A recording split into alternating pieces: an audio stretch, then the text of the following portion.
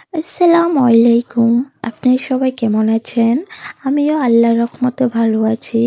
আমার ভিডিওটি কাছে কিংবা দূরে, দেশ কিংবা দেশের বাহিরে যারা দেখছেন তাদেরকে অসংখ্য ধন্যবাদ।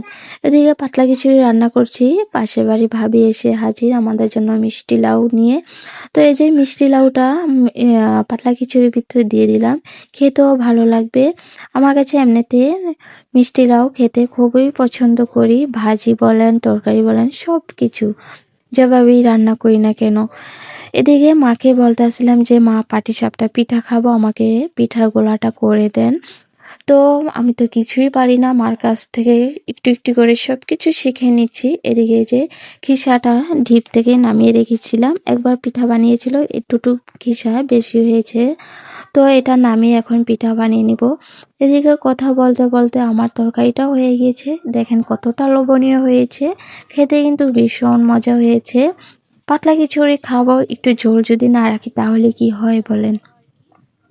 তো এদিকে ফ্রাই প্যানে মা তেল লাগিয়ে নিচ্ছে কলা ডাগা দিয়ে, এটা এভাবে লাগিয়ে নেয়।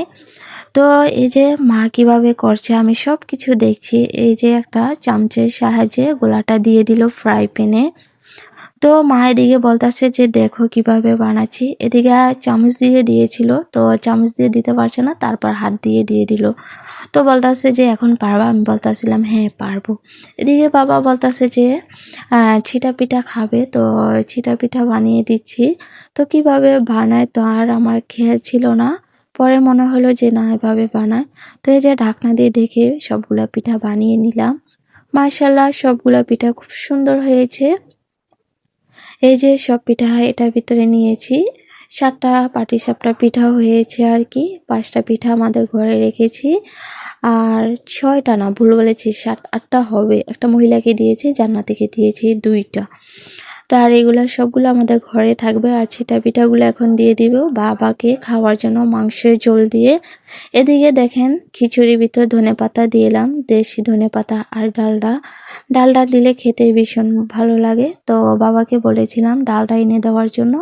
এদিকে আমার পাতলা খিচুড়ি রান্নায় শেষ, এখন খাওয়া দাওয়ার পালা। এদিকে শিফা মা তো ওর চাচুকে, ছোট ফুফিকে ঘর থেকে টেনে হেঁচড়ে নিয়ে আসছে। তো এই যে ওদের খেতে দিলাম, তো ওরা খাচ্ছে আচার দিয়ে, আমের আচার দিয়ে। ওকে বলতেছিলাম জান্নাত একটু মাংস নেওয়া, বলতেছিল যে না ভাবি আমি মাংস দিয়ে খাবো না, আচার দিয়েই খাবো। যাই হোক, যার যেটা ভালো লাগে সেটা দিয়েই খাবে। তো মা প্রথমত আচার নিয়ে খাচ্ছে, এদিকে আমি আচার নিইনি, আমার কাছে মাংস দিয়ে খেতে বেশি ভালো লাগে। যখন মন চায় যে না একটু আচার দিয়ে খাই, তখন খাই আর কি। আজকের ব্লগ ভিডিওটি আপনাদের কাছে কেমন লেগেছে সবাই কমেন্টের মাধ্যমে জানাবেন। আজকের ভিডিও পর্যন্তই। আল্লাহ হাফেজ।